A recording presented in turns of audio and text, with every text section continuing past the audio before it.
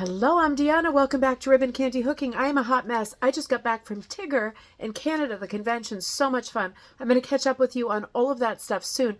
But this morning I'm sitting here blocking a Halloween piece that I've been working on. It's one of the last pieces to go into the Haunted Rug book. This is one of my pieces. So I just want to show you what I'm doing because this is a question that comes up a lot for beginners. What is blocking? Blocking is ironing, right? I've got some steam heat going. This is a big all wool piece. And the one part of it that is not wool, if you can see here, is this part. Oh my gosh, I just realized there's a hole in it right there. I'm going to have to hook that one little bit. Oh. But this is, Teddy's behind me here. This is like a really artificial, obviously, fabric. Love you too, Ted. Sorry. This is this is a man-made for sure. So I am not going to want to apply heat to this because it's one of these transparent 1000% non organic fibers, right? And it's likely to burn. So I'm not going to touch those parts. But I am going to take a damp washcloth, which is just damp. I don't know if you can see. I mean, you probably can't, but it's kind of bubbling. Like it's so, I'm a bit of a packer, which means I hook pretty tight, but it kind of is making a bubble shape, which means that, it needs to be forced to settle itself down. And, by forced, I mean, I'm going to block it.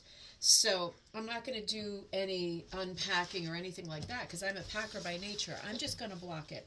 I'm going to take a damp washcloth, not soaking wet, and I'm going to keep my iron over it full blast.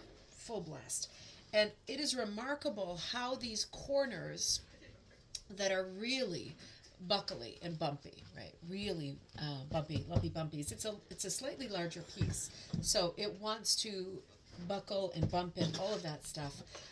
It's going to settle right down after a few minutes of blocking, right?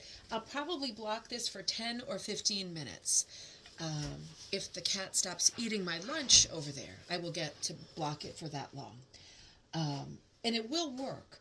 So it'll make the loops nice and more uniform, right? Pretty even.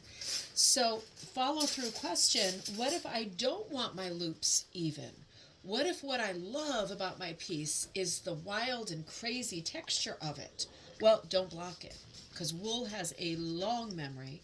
And if you do block it, it will stay nice and even Steven, and you won't have that wild aspect to it. The reason I'm blocking this piece is because it's for a book, right? And I need a good photo of it where it is not buckly and lumpy. I need a good flat photo of it for a book project.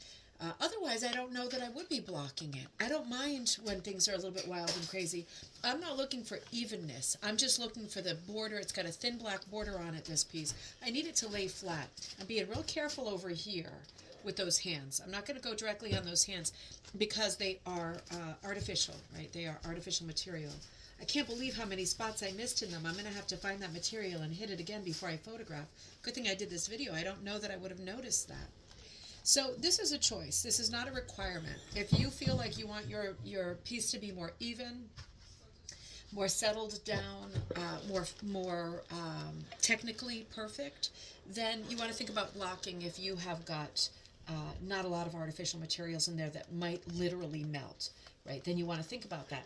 But if you're looking at this video as a beginner and thinking, God, I just finished my first couple of pieces and I thought they looked great. I didn't know I was supposed to do this. You don't have to do this. You absolutely don't have to do this. This is one of the many tools in your toolbox. If you feel like it'll help your piece, then do it. If you feel like I like things the way they are, they ain't broke and I don't want to fix them, then leave it, right? This is just an option. This is very simply what people call blocking, just like with wool hats, right? Just like with knitting, right? There's lots of times where you want to block your wool. Wool has a really good memory. Don't bother blocking cotton and other materials. They don't have good memories. They won't last, right? It's just wool that we're talking about. I'm going to finish this little project. You'll see this in the Haunted Rug book that will be coming out within the next couple of weeks for sure. I hope you're joining me at the Haunted Rug book party in Stockbridge, Massachusetts at the Red Lion on October 20th. Hope to see you there. Otherwise, happy blocking.